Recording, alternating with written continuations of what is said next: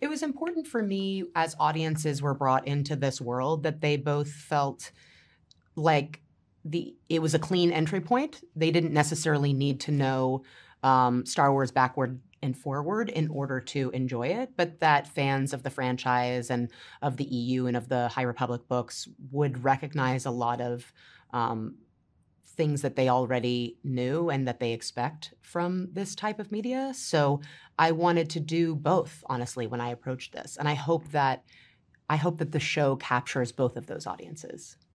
I really felt like I needed to know the characters inside and out if I was going to be oscillating between them. And so I wrote really long backstories for both of them and had it as kind of like a Bible for myself that I could always reference so I could understand like their core struggles, which I felt like were already written in such a complex way by Leslye. But, you know, I would just go through the scripts and pick apart subtext so I could really understand like what drove these two people. And physically, I thought about yin and yang a lot, and I thought that would just be such a fun concept to play with, you know, because yang is light and it's masculine, and yin is dark and seductive and feminine, and the interplay of those two things. I just really wanted to physically differentiate the two characters, so you kind of always knew who you were looking at.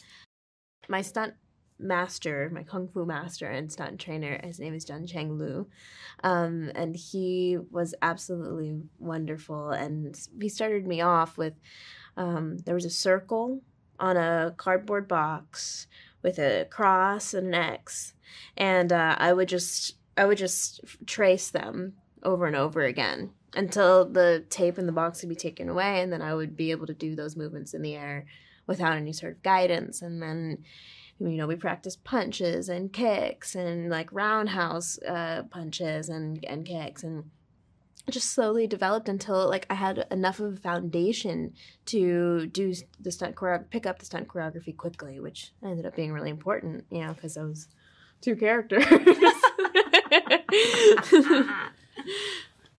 It was important to me to utilize practical sets, puppetry,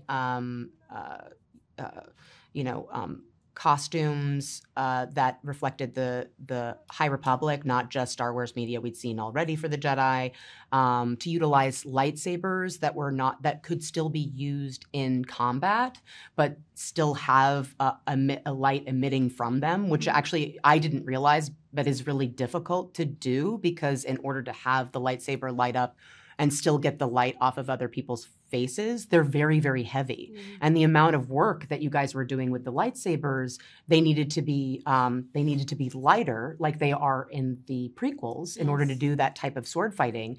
But they were all put in later. The lights were all put in later. So we had to basically make a hybrid of a new lightsaber. Yeah. So those types of things, they were a bigger challenge. But I think that the finished product visually recalls a type of Star Wars I grew up loving, but also the type of Star Wars I was interested in making and seeing.